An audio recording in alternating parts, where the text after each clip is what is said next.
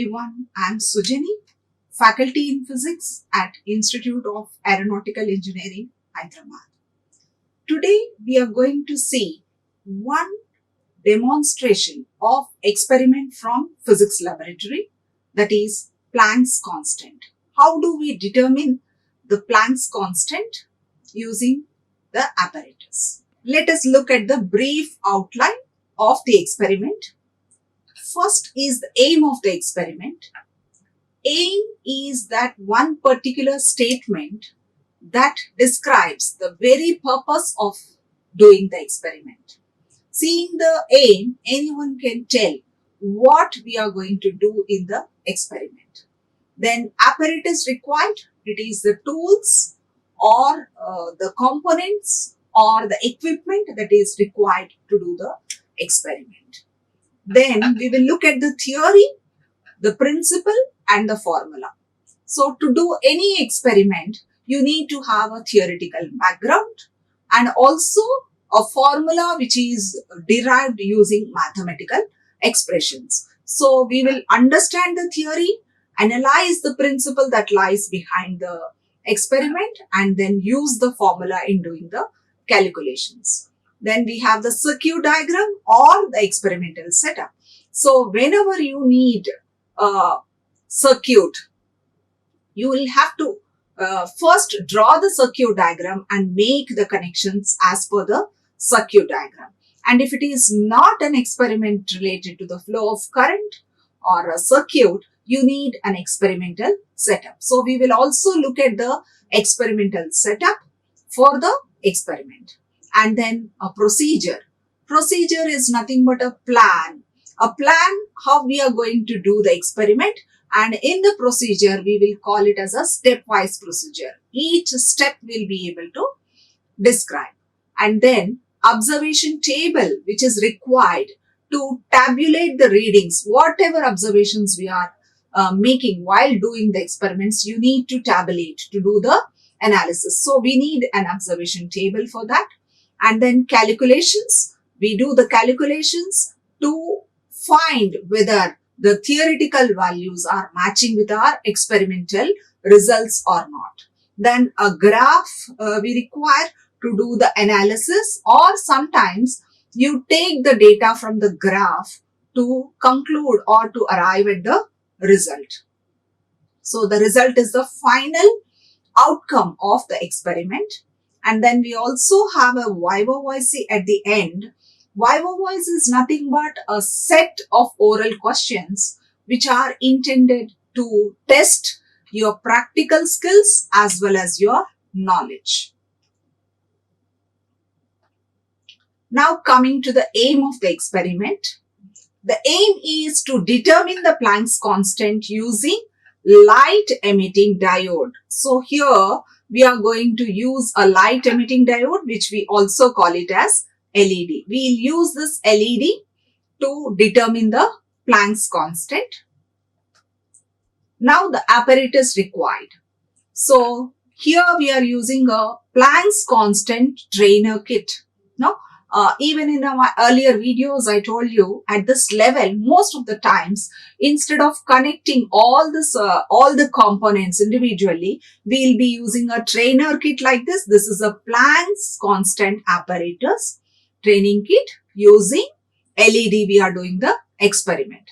So what do we have this? We have a variable voltage source in this. So if you see here, this is the source, variable source. You can vary the voltage using this knob. So we call it a variable voltage source.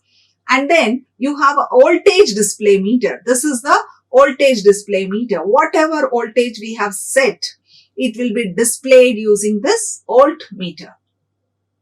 And then we also have a current display meter. Current display meter denotes or reads the current values, whatever the current that flows through the circuit in the experiment, that can be read with the help of this current display meter. We also have a provision, a switch to keep it either in the milliampere mode or in the microampere mode. Milli means 1 milliampere is 10 power minus 3 ampere. And 1 microampere here is 10 power minus 6. So in this particular experiment, we will keep it in the milliampere mode. If the current is very, very small, of the order of 10 power minus 6, then we keep it in the microampere mode. Then we have LED sockets. Because we are using LED to determine the Planck's constant, here you have the sockets. These are the two sockets, one denoted by red plus and black and minus. So we'll be inserting the LED here. So these are the sockets to insert the LED. And then an oven. This is the oven to heat the LED, because we'll be varying the temperature. We'll keep the LED inside the oven and vary the temperature. We will heat it and note down the values of current at different temperatures. And to note the temperatures, we have a digital temperature meter. So when you connect the oven here, and you can set the temperature using this knob, and you can read the digital temperature using this. Okay, so everything here is inbuilt. So you have a voltage source, you have a voltage display meter, a current display meter, where you have also the provision to set it in either milliampere or microampere mode, and then sockets to insert the LED, and an oven to heat the LED, and also a digital temperature meter to note down the temperature. Now, let us see the theory behind the experiment. Planck's constant H is a physical constant which was introduced by the German physicist named Max Planck in the year 1900. The significance of Planck's constant is that quanta, which are nothing but small packets of energy, can be determined by the frequency of radiation and Planck's constant. So here when we are talking about each packet of energy, we will represent it by E. E is equal to h nu. This is the famous relation that was given by Max Planck. So he said the energy of each photon or a packet of energy is given by h nu. E here is the energy and nu is the frequency. And h is the Planck's constant, which is what we are going to find out in this experiment. This is the Planck's constant. So it can be determined by the frequency of radiation and Planck's constant. So that is how Planck explained about the Planck's constant. It describes the behavior of a particle and waves at atomic level as well as the particle nature of light. Now coming to LED. LED is a two-terminal semiconductor light source. So if you see about LED, the light emitting diode, it is nothing but a two-terminal semiconductor light source. So it emits light. The principle on which it works is the conversion of electrical energy to light energy. In the unbiased condition, a potential barrier is developed across the PN junction of the LED. So when you are talking about LED, you have a PN junction, and this PN junction in the unbiased condition, there will be a potential barrier. And to reduce this height of the potential barrier, what we do is we connect it to an external voltage in the forward biased direction.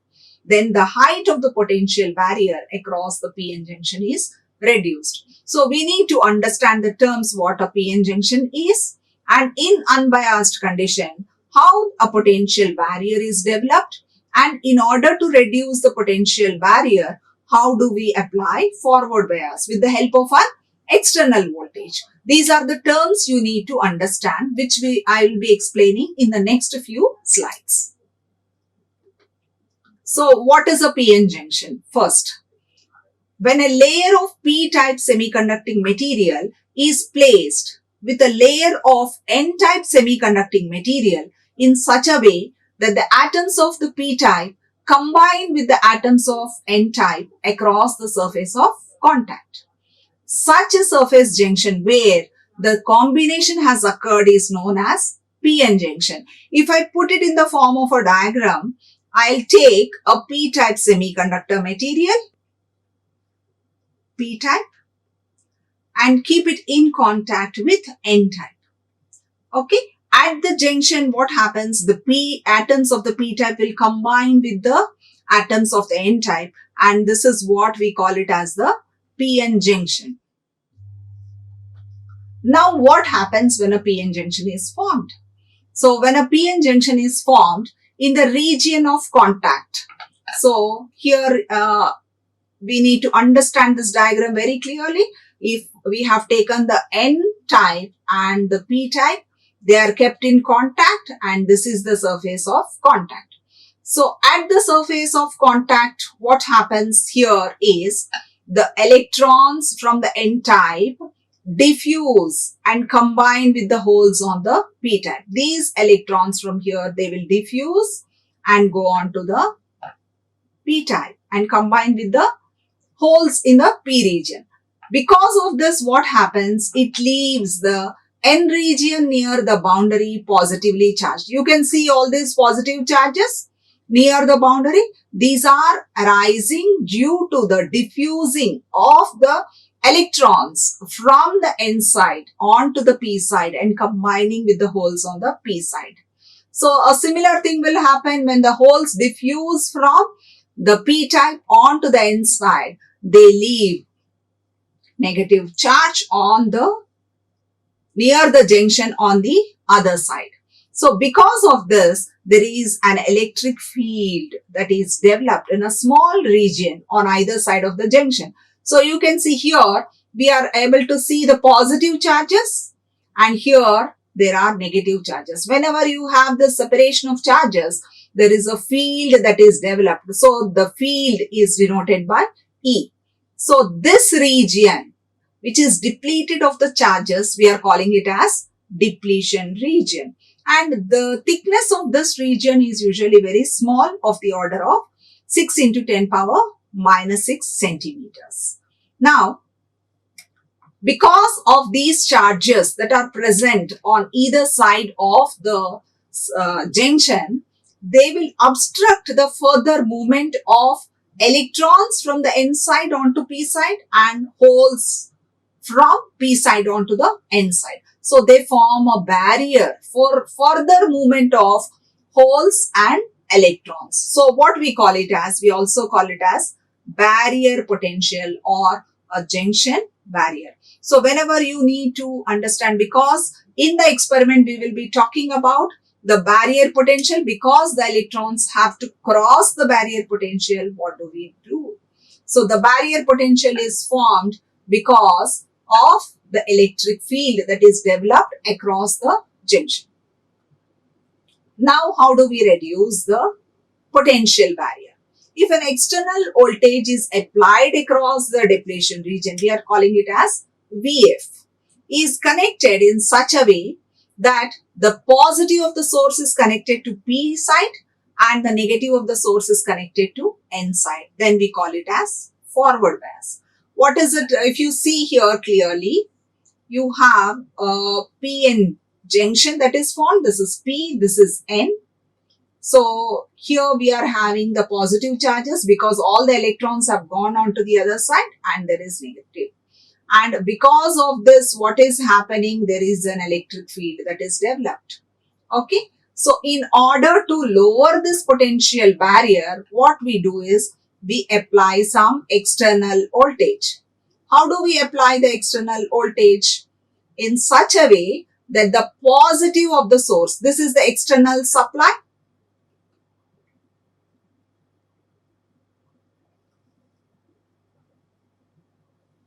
The positive of the supply is connected to the P side and the negative is connected to the N side.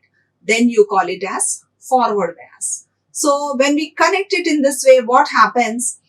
As the contact potential acts from N to P. So this contact potential is acting from N to P, and now the applied potential VF will be in the opposite direction. So the resultant is given by VB minus VF. So the barrier potential, whatever is there, VB, is reduced because of the applied voltage VF. So the resultant is now VB minus VF. So what we can say here is by applying or by doing the forward bias, we are trying to lower the potential barrier. Now, at a particular voltage, the height of the potential barrier becomes very low and the LED starts glowing. That is, in the forward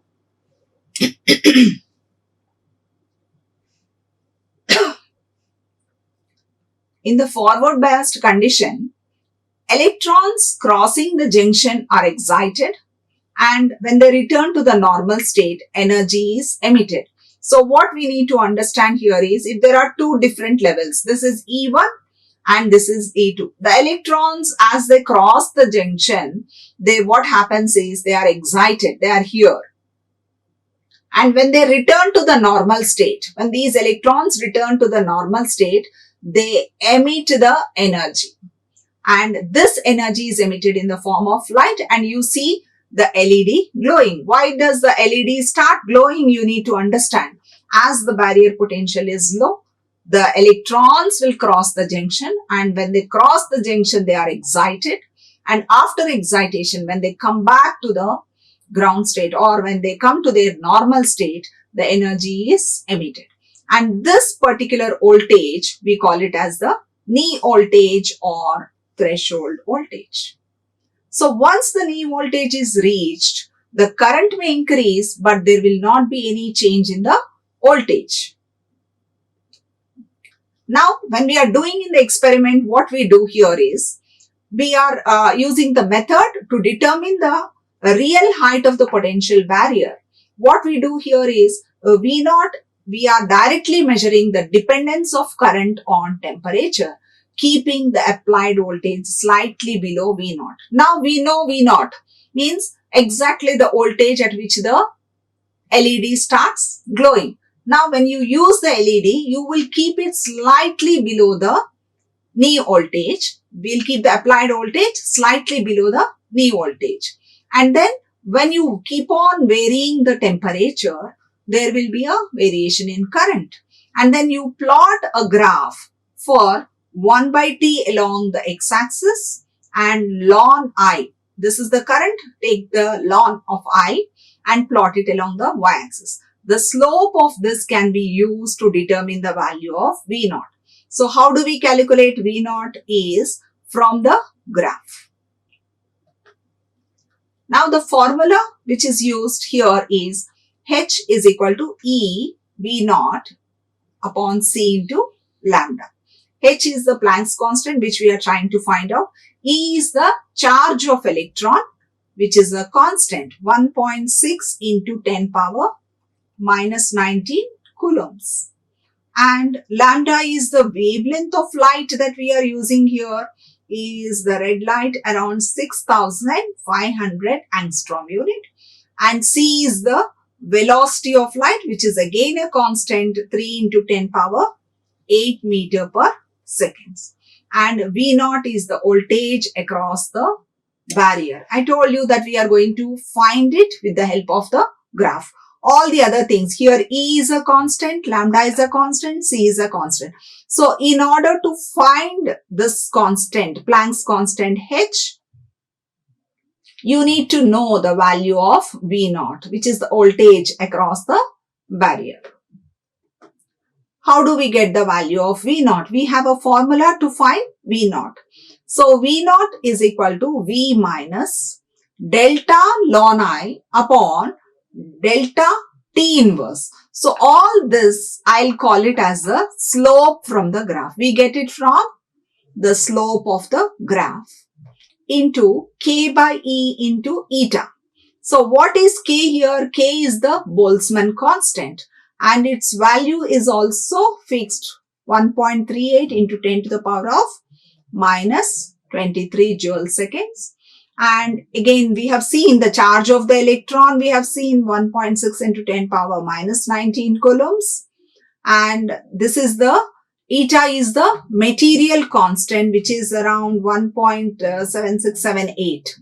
And as I told you, delta ln I upon delta T inverse is the slope from the graph. I'll explain you the graph now.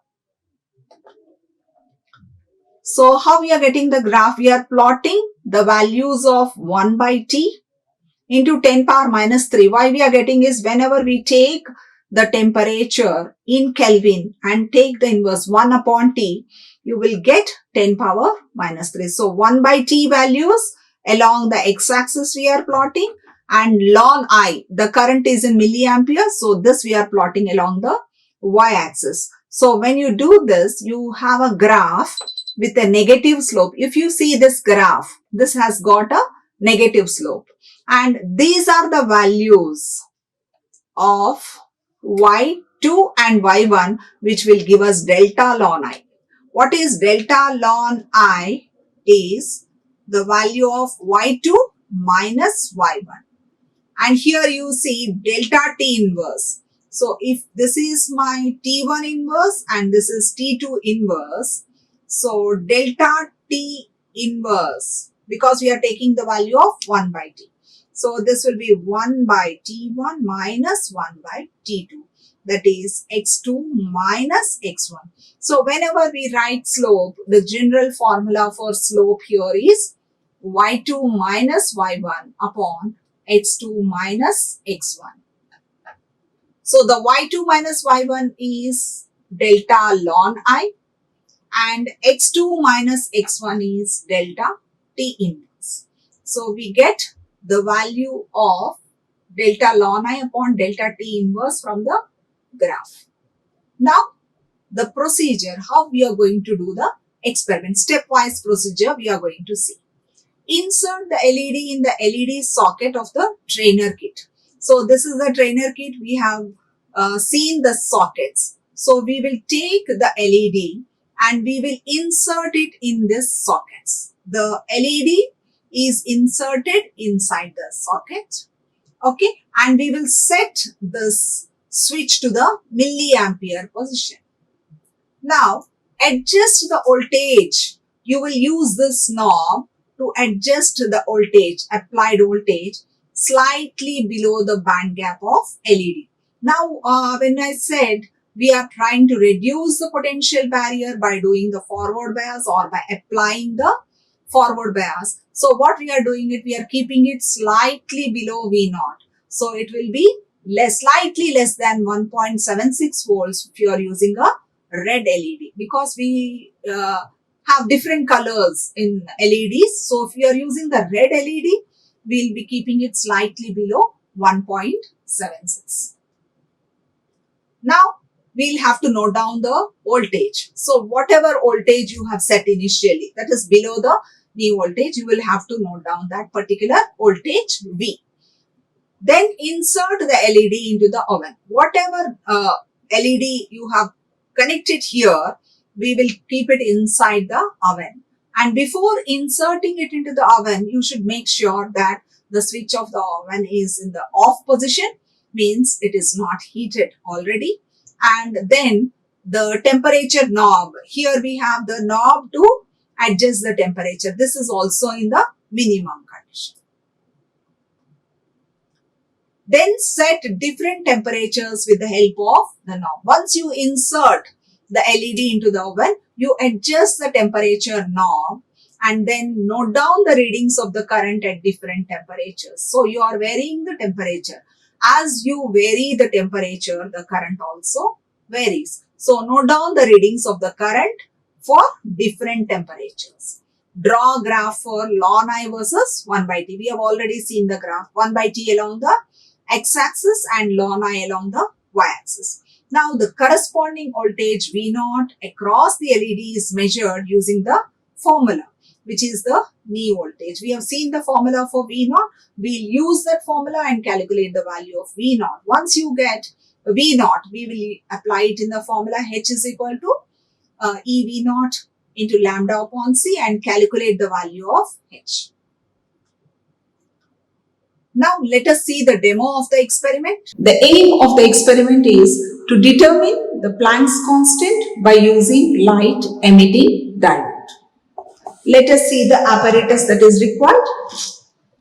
We have a Planck's constant apparatus kit by using LED, where we have a voltage source and the voltage can be varied using this knob. This is a display meter for the voltage and a display meter for the current. We have a provision to measure the current in milliampere as well as microampere. In this particular experiment, we keep it in the milliampere mode. And then there is a provision to insert the LED. So this is the LED which we are going to use. An LED connected with two connecting wires, and we also have an arrangement to heat the LED. This is the oven where we are connecting it to the apparatus. There is a switch to keep it on and off, and also a knob to vary the temperature.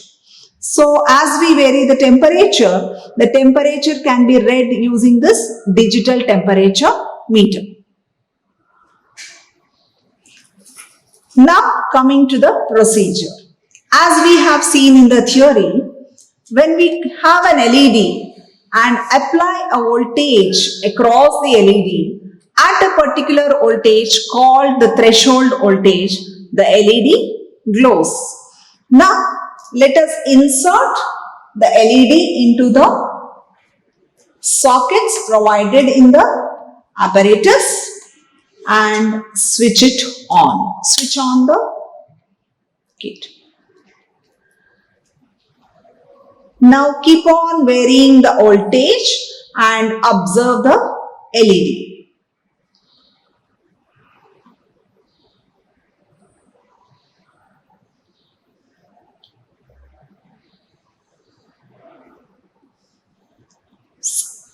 At a particular voltage, say around 2.7, the LED starts glowing.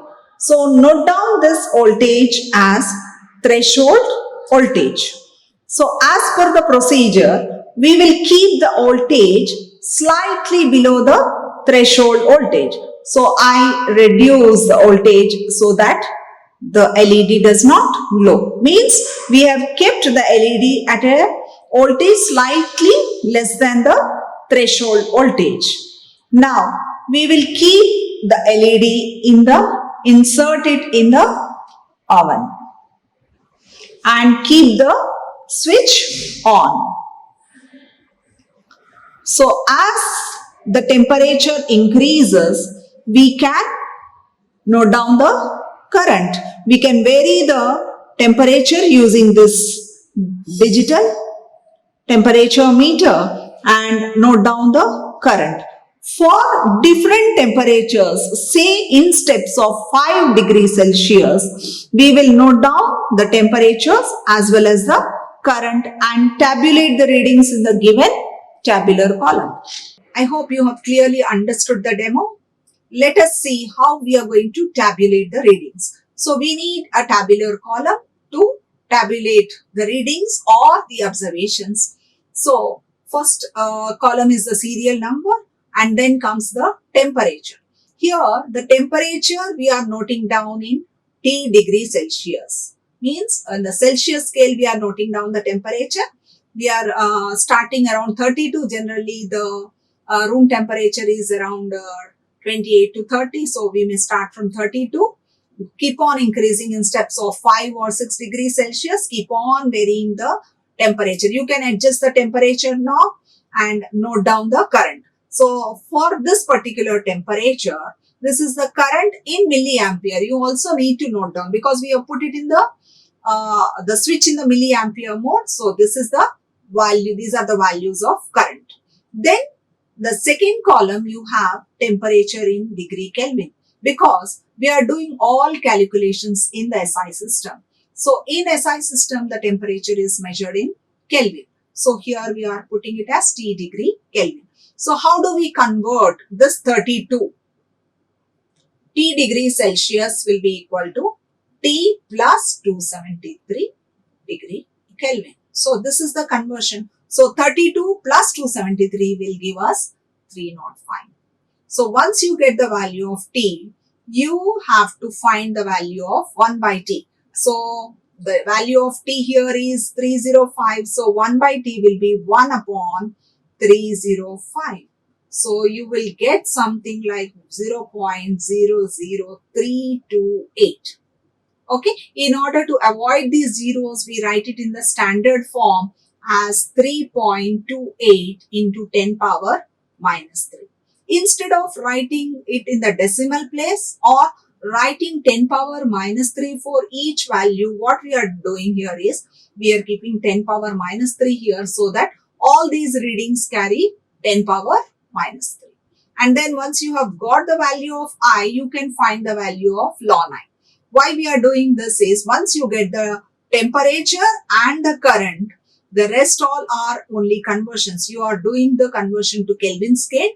Here you are finding the value of 1 by T because we are going to plot a graph for 1 by T versus ln I. Now this is how the graph is going to be. You have different values for 1 by T and ln I. And as I told you, as the temperature 1 by T value increases, the value of ln I keeps on decreasing. Now you take these values. This will be the value of x1, x2. This is y1 and this is y2. Okay, so the slope will give us delta ln I upon delta T inverse, which we have already seen. Now let us see the calculations. First we'll find the slope. So delta ln I upon delta T inverse. How do we get it? We will take the two extreme values for the slope, 0.997 minus 1.38 divided by 3.28 minus 2.98 into 10 power minus 3, because when we have taken 1 by T, we are getting 10 power minus 3. So we get the slope. So what is the value of slope we get here? 0.997 minus 1.38, we will get a negative value. So minus 0.38 divided by 0.3 into 10 power minus 3. So this is minus 1.27 into 10 power 3. When this minus 3 comes up, it becomes plus 3. So this is the slope. So in order to find h, first we need to calculate the value of V naught. So what is the formula for V naught? V naught we should first know the value of V. V here, the voltage slightly below V naught we have put. What is the voltage we have set? 1.76 minus the value of the slope. So we have got a negative value. So minus 1.27 into 10 power 3 into K by E. K is a constant, E is a constant. So its value, that is 1.38 into 10 power minus 23 divided by 1.6 into 10 power minus 19. That will give us 0.86 into 10 power minus 4 into the value of eta, that is a material constant, is 1.78. So if you do it 1.76, here you have minus of minus, so it will be plus 0.194. You can use your calculator to calculate these values. So you get it as 1.95 volts. Now we need to find the value of H using the formula E V naught by Z into lambda. So what is the value of E? 1.6 into 10 power minus 19. The value of V naught we got here is 1.95. And the value of lambda here is 6,500 angstrom. So we need to convert it into meters. So 6,500 into 10 power minus 10 meters upon C is 3 into 10 power 8. So when you simplify, you get 6.76 into 10 power minus 34 joules second. So this is how we calculate the value of H. Now the result here is H is equal to 6.76 into 10 power minus 34 joule seconds. This is what we have determined experimentally, the experimental value. Now, when we are comparing the experimental value with the theoretical value, so theoretical value of H is 6.625 into 10 power minus 34. This is the exact value of the Planck's constants, the theoretical value. So whenever you are doing the experiment, you always try to match them with the theoretical values. So then whatever result you are arriving at is correct or not, or if there is any error, you will be able to find out. Anytime there is an error of 5 to 10% is always acceptable. Otherwise, you will have to repeat the experiment to find the value of H. Now we have the viva voce questions. The first one is, what is LED? It's an obvious question. It's a light emitting diode, which is a two-terminal semiconductor light emitting device. Then we have, what are direct and band gap semiconductors? Explain forward biasing. What is the value of H and what are the units of Planck's constant? So we have already seen the value of H, 6.625 into 10 to the power of minus 34. All of you have to remember this value, because in most of the physics derivations, or whenever you want to find different physical constants, you need the value of H. So the value of H you need to remember, 6.625 into 10 to the power of minus 34. And then what are the units of Planck's constant? The units of Planck's constant are joules seconds. If you remember the basic formula, it is very easy for you to remember the units. The basic formula we have is E is equal to H nu. So I can write H is equal to E upon nu. Energy is always measured in joules. Frequency is 1 upon time. So I'll write 1 upon second.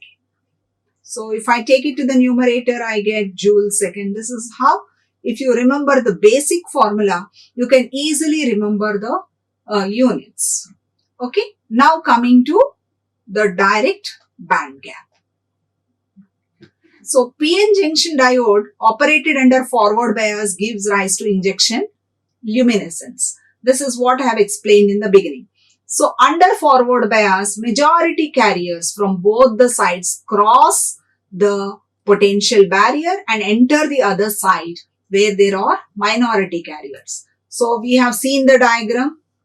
So in the P side, you have holes are the majority carriers, and on the N side, the electrons are the majority carriers. So what is happening when the potential barrier is lowered? The electrons cross and come onto the P side. And the same way the holes will come onto the inside. So when the holes are on this side, we call it as injection of minority carriers. So this process we are calling it as minority carrier injection, because the electrons are diffusing here onto the P side where the electrons are in minority here. No, holes are the majority means electrons are the minority. So this excess minority carriers, while diffusing away from the junction, undergo radiative recombination with the majority carriers emitting photons. So when this recombination occurs, there will be the emission of photons. So photon is nothing but a packet of energy, I told you. So in reverse bias, there is no carrier injection, and therefore there is no light that is emitted. This is one point you have to remember, why we are connecting it only in forward bias and not the reverse bias. In reverse bias, there is no carrier injection. Now coming to the direct and indirect band gap in semiconductors. What is a direct band gap? You need to understand. These are happening only in impure or extrinsic semiconductors. What are impure semiconductors? If you are taking a semiconducting material and you add an impurity to it, any other material other than that particular semiconductor, then it becomes impure. So these are impure or extrinsic semiconductors. The examples are indium phosphide, gallium arsenic, and gallium arsenic phosphide. So you may add any number of impurities, and when you add an impurity, it becomes an extrinsic semiconductor. Otherwise, what in pure semiconductors, if you are taking germanium, all atoms are of germanium, and silicon, if you take, all are silicon atoms. So it becomes a pure semiconductor. But here you see there are two phosphide. If you are adding indium, so they will become the impurity atoms. And the process of adding these impurities, we call it as doping. Now, if you see the EK curve, energy versus wave vector curve, we call. So, wave vector along the x-axis and the energy along the y-axis. Now, if you see, this is the conduction band and this is the valence band. So, the lowest level of the conduction band and the highest level of the valence band, the wave vector will be the same. Then you call it as direct band gap.